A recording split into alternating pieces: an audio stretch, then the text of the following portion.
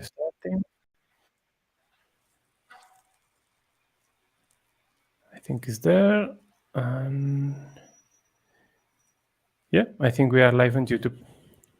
Okay, good. So, hello everybody. This is going to be the first meeting and the last meeting of May, actually. So, of the open source maintainers in One Beyond. So, we have a light agenda.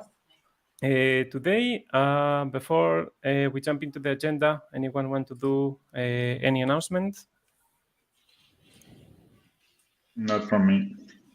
Okay, I have a couple of things. So first of all, we have released the first newsletter. So it's like a beta version. We have some part that we do manually regarding like the most significant relevant news and some articles to read as well. And there is a lot of information regarding releases, security, and also some metrics regarding the open source usage and so on. So it's interesting if you want to have a look, because a beta version, in case that you want to make some changes, additions, and so on.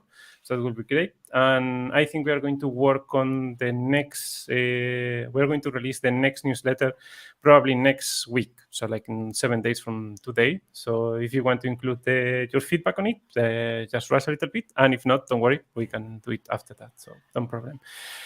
Second thing in the announcement, we migrated the cybersecurity handbook. So now it's in the new organization. That was a good milestone. I replaced some of the old links and so on. And now we have like a dedicated domain. So now all the broken links and so on pointing to the one place. So we don't lose people in between.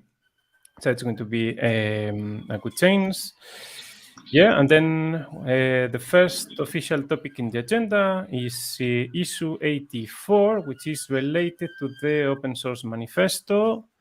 Let me share also the link on the chat. I think Inyo has started it, but we have been brainstorming about it already offline a little bit, I think. Yeah, as you said, you and me had a little discussion about this because we think that this would be interesting to have also in our organization, similar to other organizations that with that manifesto make proof that they constantly put effort in the open source community because they believe in it and they are involved with it. And I think that as our intention in One Beyond is precisely that. That's why we are doing all this. All this organization and work. I think that we should also have one. We can have as baseline the one that I added in the ticket that is very simple. And I think that it's more or less 100% our values or what we look for. I don't know what you think about that. And on the other hand, if you agree on having that manifesto, we would need to decide where to host it. I think that in the maintainers webpage, of course, we can have it, but we should also talk with marketing or I don't know who to see if it makes sense to have it also in the One Beyond webpage. I see the point. Yeah, I think it's good starting point to take one from, I think was Siemens, if I remember well, or others to see like the most important values. Try to get like a draft document more or less done. I think we can move it internally to generate some engagement about it, some approvals and so on. And then when we are ready, we can, I think, easily move to the maintainers website where we put everything right now, like the newsletters and the recordings and so on. So that can be a good starting point. And let's see if we can move it ahead on the company website. But yeah, that will require additional discussions. But yeah, I think it's a good initiative. So yeah, you want to lead the initiative, Inigo? Yeah, sure. So, with whom should we talk internally to? I think four of us in the call for sure, and let's open it also in the open source channel to see if we can bring more attention, from more maintainers and from more relevant people as well. So yeah, I would be proactive on this and push it to Alexis and all folks. So anyone basically on engineer lines should be aware. This is basically how we want. And worth double checking. There's a couple of contributions from the .NET land of of the word. So it's that they align. It's important to check so that we are not self-contradicting immediately. But I think I've checked. I think the ethos is right, and so things are right there. So So are you taking care of it then, Peter? I'm happy to. So I think we should just push it from ELT and ask everyone to share, give a certain amount of time for feedback, and if there's no feedback, we acknowledge how it is now. So it's giving the opportunity to kind of shout. And if no one shouts, then this is how we do things. Okay, love the approach. Yeah, that's okay. Okay, fantastic. So seems like there's a good options that is going to be a reality soon. So love it. Okay, I think we can jump to the next topic in the agenda. So next topic in the agenda was the tiers to classify project. This has been already discussed. This is issue 75. This, if I remember, was already discussed offline for sure and in the previous meeting as well. So just to recap, the idea is to define a life cycle kind of thing for the project that we have in the open source. So basically we have like incubate projects that are new ones, when we start a new project and start to get engagement. So we leave the freedom to experiment and to see how that goes. And then we can move that project to active. So that's when we officially, take care of the project, follow all the standards, check for security proactively, branch protection, all of these rules and so on. And then we have some project that can be, in maintenance state, which is like a solid project that they have some community around them, but there are no new active development, aside of patching security and some, update releases. There are a lot of projects on that direction, especially for the systemic universe, all the wrappers, like systemic MongoDB or systemic MySQL, whatever, and things like that. Follow really good in that direction. So we keep them, an eye on them, but there's not a lot of active development.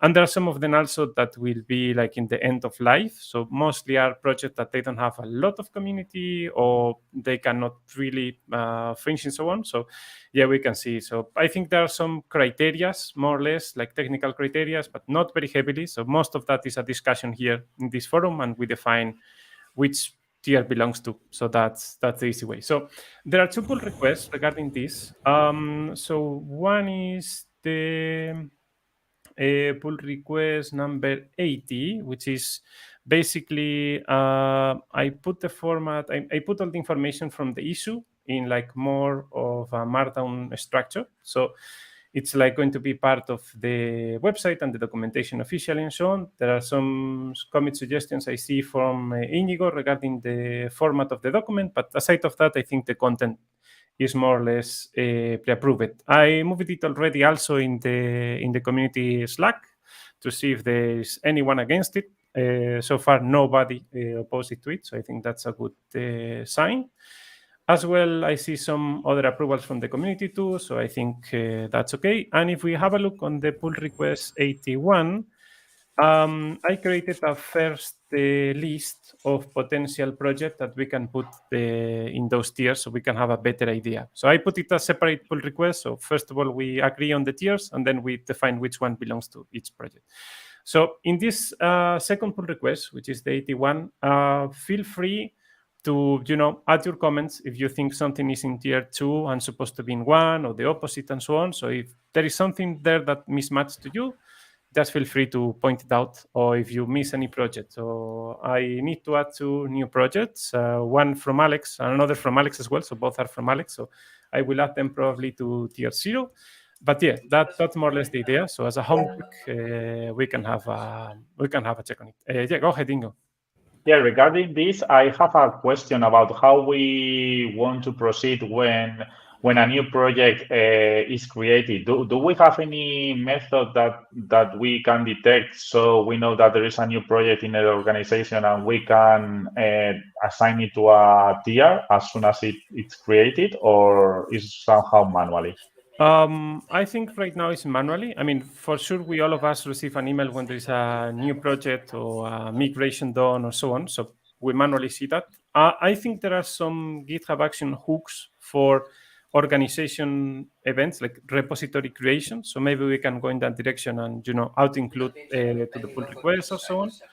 But yeah, I think probably it's going to be manually for now, unless we see a lot of heavy work on that and we save time automating that process. And don't we want sorry. Yeah. Go ahead, Peter. Wouldn't we want some basic governance process around when do we open up a repository for the world? So I think we should allow people to open things as they want privately and work on it, and then at least have some approval from this group, basically basically the open source governance that this can go open source, and represent one beyond from that point on. So yeah, that's a good one. Yeah, right now we have like the process. Right now it's more or less someone ping us internally, mostly in Slack, and then we decide that internally if it's okay or not, or if we have a meeting, we see that on the meeting close to that date. And aside of that, worth to make a cool process, like explaining how the project is with some descriptions and so on. So currently there are some projects, even popular ones that don't have a lot of that. So we are going to push in that direction and make a formal document, how to release or how to basically this contribution guide. And I think so things pretty well known in the Spanish region for sure.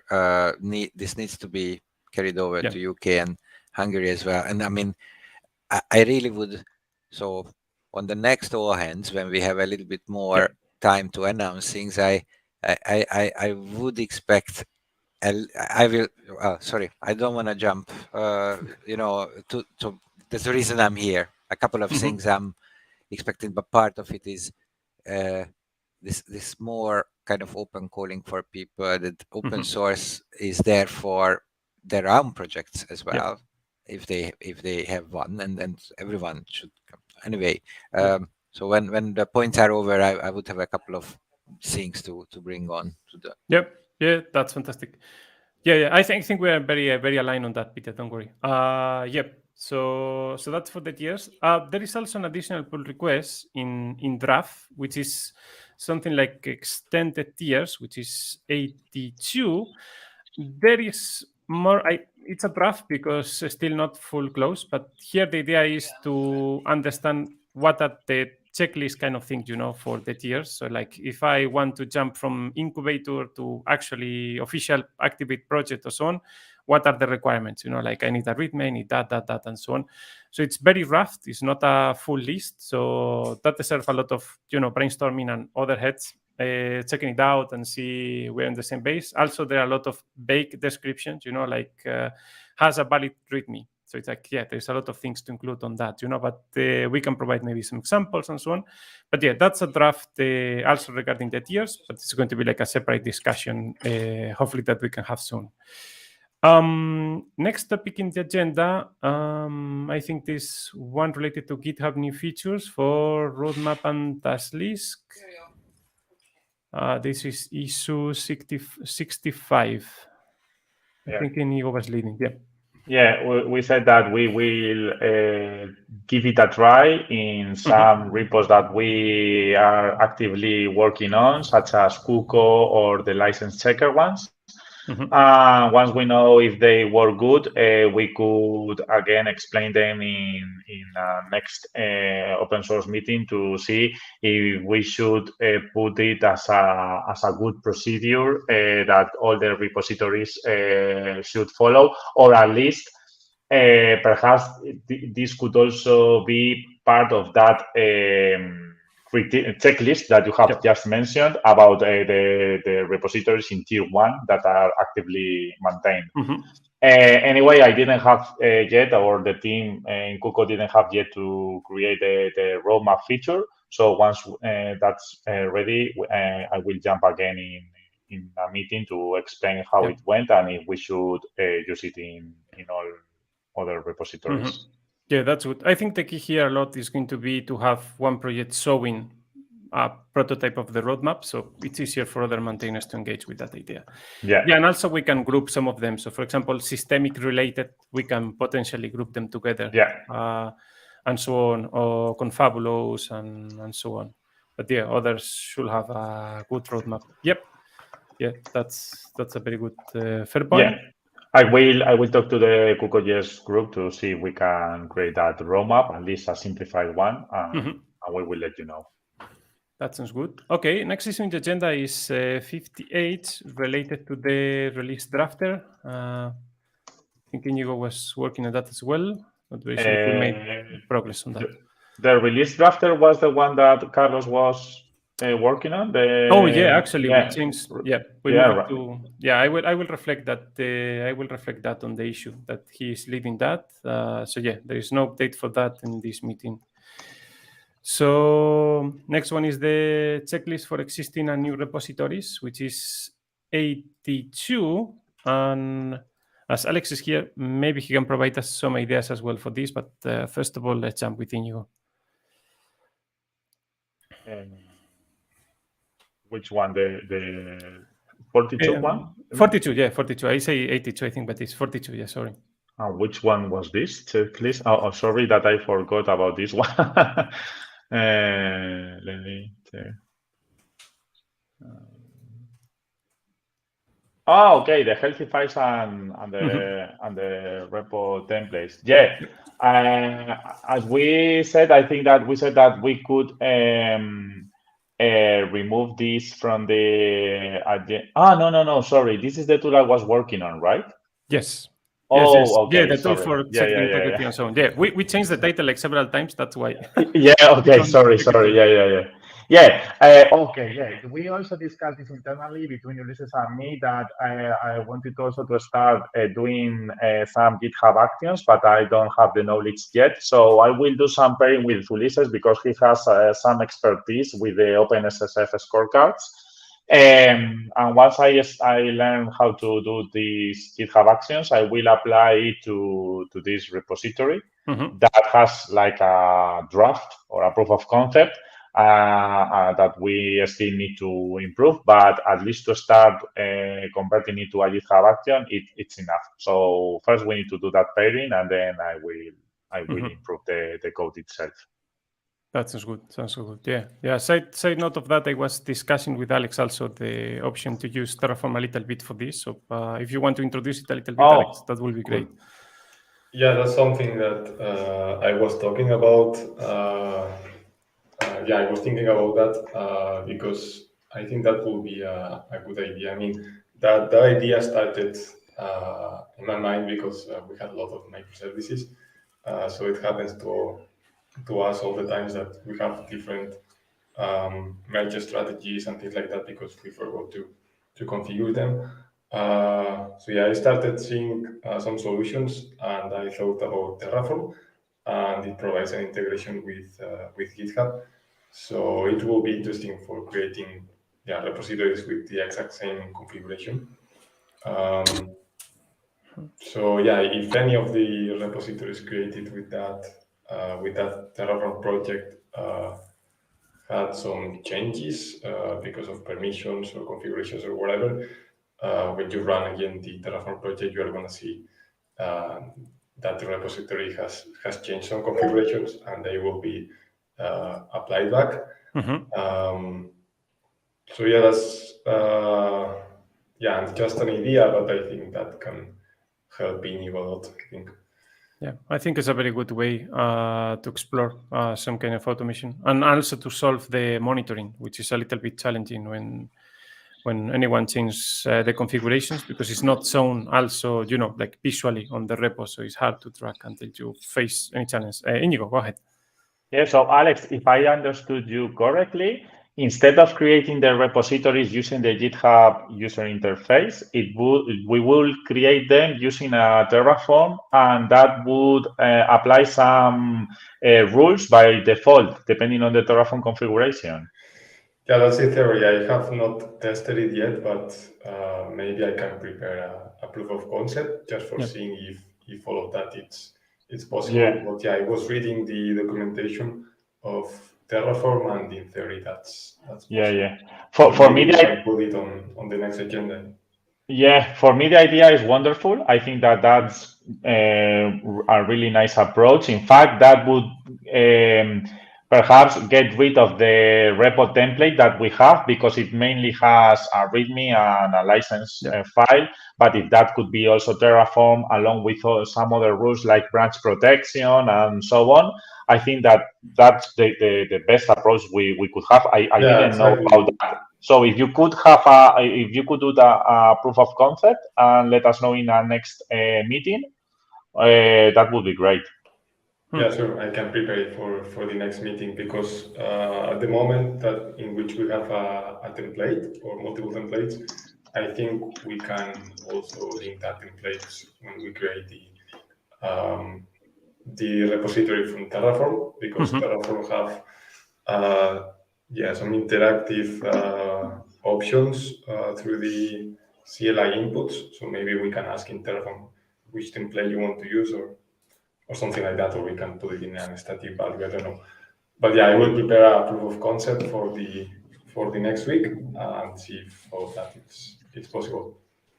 Cool. Yeah. In fact, don't hesitate to talk to me in a direct message, Alex, so I can explain to you what I did in this repo to do some automatic checks. So perhaps we can, at least in that proof of concept of Terraform, apply some of those rules that I'm checking, like protection rule, code owners, and so on. So we can talk offline about this. Okay, perfect.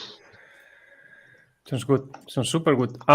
Next topic in the agenda, which is 41, is related to the OpenSSFS Corkan implementation. So current status is the implementation was, the tracking was partially done. We need to do some GitHub actions to proactively include in some of the repositories that we have.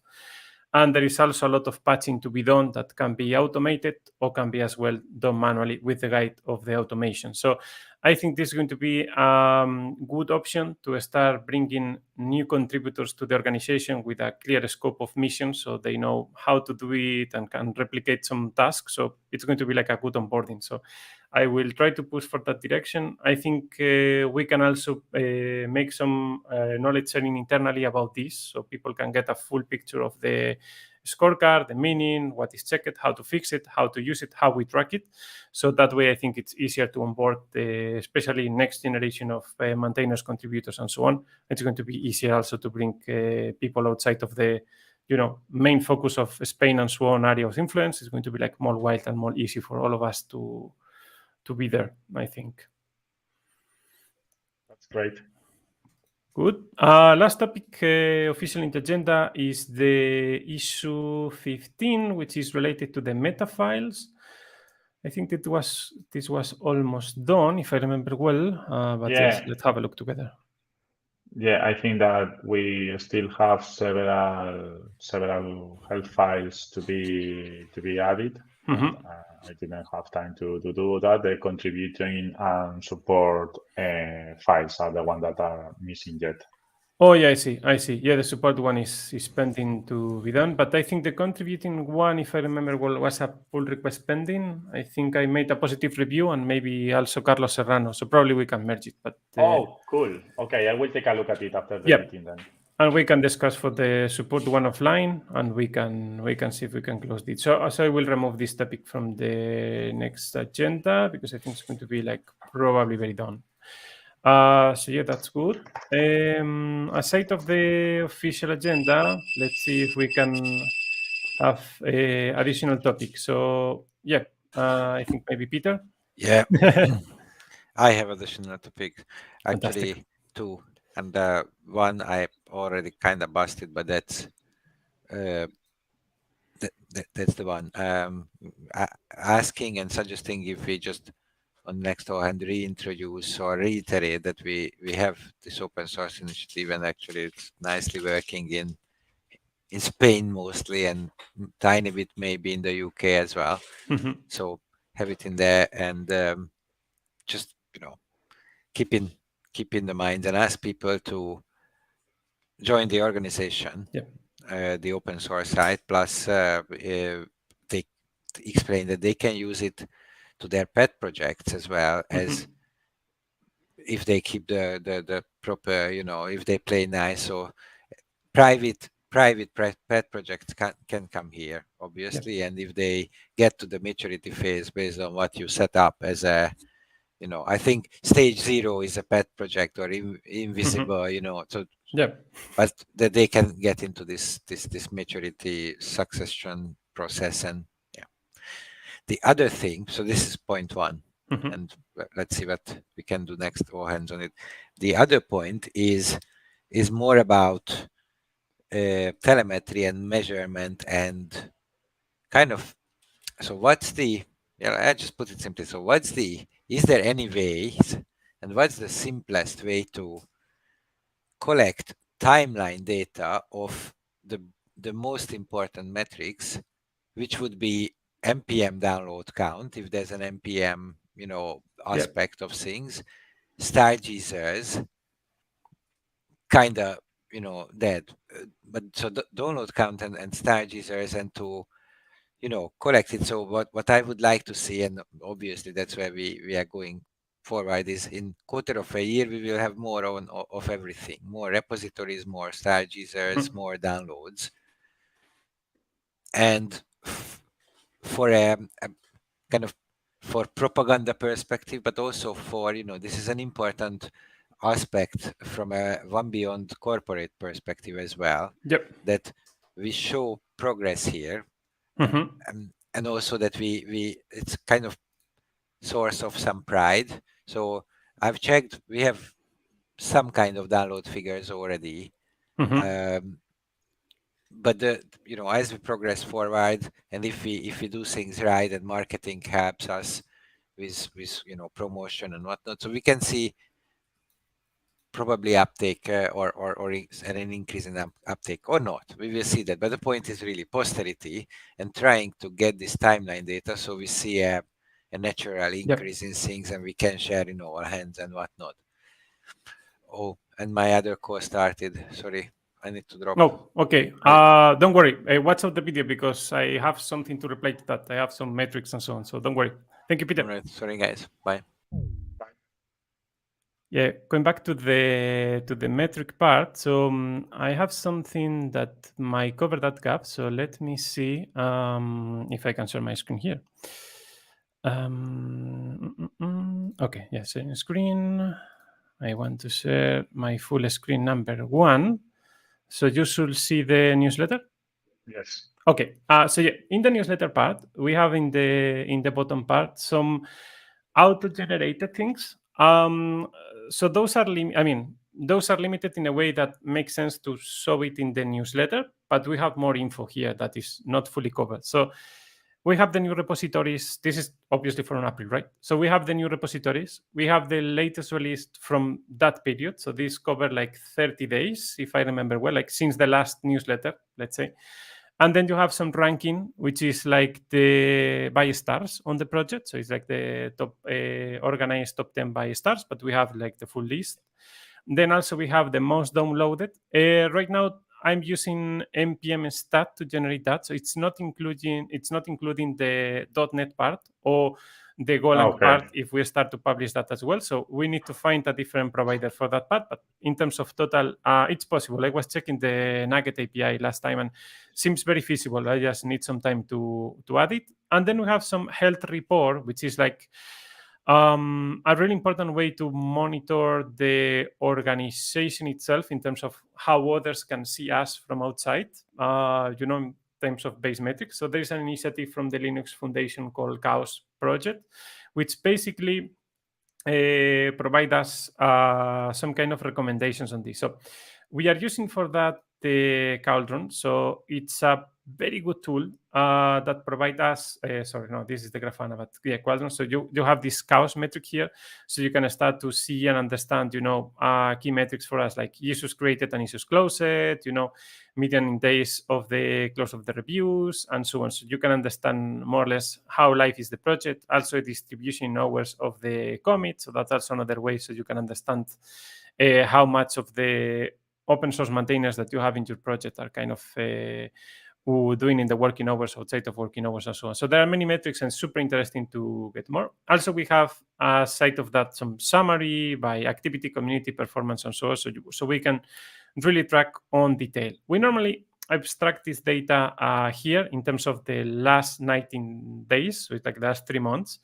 It's better to have it that way in 3 months instead of doing month by month, just to avoid the spikes, because sometimes we have like holidays or Christmas or, these kind of things in between, and then you can see a lot of fluctuation from month to month. But if you take like one quarter, makes more sense. So you have a lot of the metrics abstract here. And also you have also some scoring about the scorecard. So it's like, which are the projects with the highest scoring and so on. So that also might help a little bit. So if you want to introduce a new source for this, there is this repository here, which is the newsletter generator.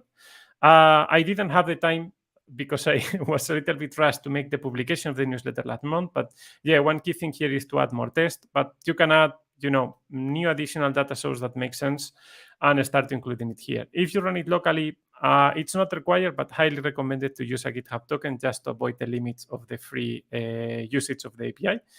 And also, if you want to go more fancy, you have a Grafana exportation of all the information that you have in Qualtron as well. So you can really go and integrate this with the typical Grafana workflows that we have for other projects. So that's a good way to have some metrics. We can see the evolution, especially some of these metrics are comparing currently against the last year. So you can see like over year approach. So it's really nice to see like from that period comparing to the last year, that period, and so on. So it's a lot to explore and digest, but yeah, go ahead, Inigo.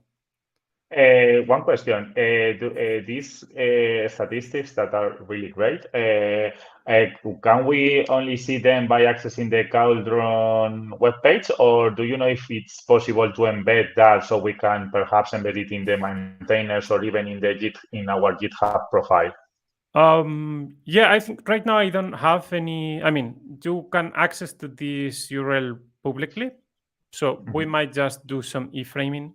So that can be a good option, or just put a big link with a lot of, fingers emojis, say like, here are the stats or something on that direction that can help. But yeah, actually, yeah, it's super open. The only requirement here is you have to refresh it. So like the owner of this dashboard should enter and, push for updates just, to avoid them, hosting and running crons and crons and crons. And yeah. But yeah, I do it every time before I launch the newsletter. But we can do it, define a Puppeteer script to do that as well. So that's easy. I see a way to solve that. There is no integration, for example, with the Slack, as far as I remember here. So maybe that's some additional statistics that we want to bring on how the open source Slack community is doing in terms of activeness or not, but I don't think it's super relevant right now. But yeah, so those are basic information. I think we have a lot of relevant metrics that we can use in terms of community activity and so on. That might also, if we start to understand these metrics better, this might also change a little bit the behavior that we have in terms of, leaving a draft pull request or leaving an issue open for 3 months, no update, or so on. So we can start to see these a lot in terms of how it impacts us and how it changes. So there's going to be a lot of fluctuation when we start to look at it. But yeah, I think are relevant metrics after all. Yeah, more than enough, I think. Yeah, more than enough, and especially we don't have to, run our own infrastructure to keep this. So that's also removing a lot of overhead for us. So that's a good way to go. But yeah, that's in terms of metrics. It was a key point for us this year in the initiatives. Let's see what Peter says after looking at the at the video. Yeah. Cool. Yeah. Anything else that you're interested to discuss? Nothing more. Maybe I can share in the chat the documentation about what I mentioned, the Terraform integration with GitHub. Fantastic. But yeah, we will take a look closer this week. That's fantastic. Yeah, let's include also that link on the notes so people can see that later on. Yeah, I have added all the notes, Ulises, in the document, so just review them before pushing them to the GitHub, and that's all. Okay, that's fantastic. Yeah, I think last thing from my side, but I think I said already, like we are in a point that we are going to start to work in the next generation of hopefully maintainers, contributors, and so on, especially for the long term. So try to think on tasks that they can start to do easily, like kind of follow and, start to bring ownership and independence for them to start do these kind of contributions. It will be fantastic. So that's going to be our next focus. So right now we are in a period of focusing on making this sustainable, organized, and cohesive. And now the way is let's bring this with more faces, new people. So yeah, super good. Yep. So I think that's all for the meeting. So I will stop the recording.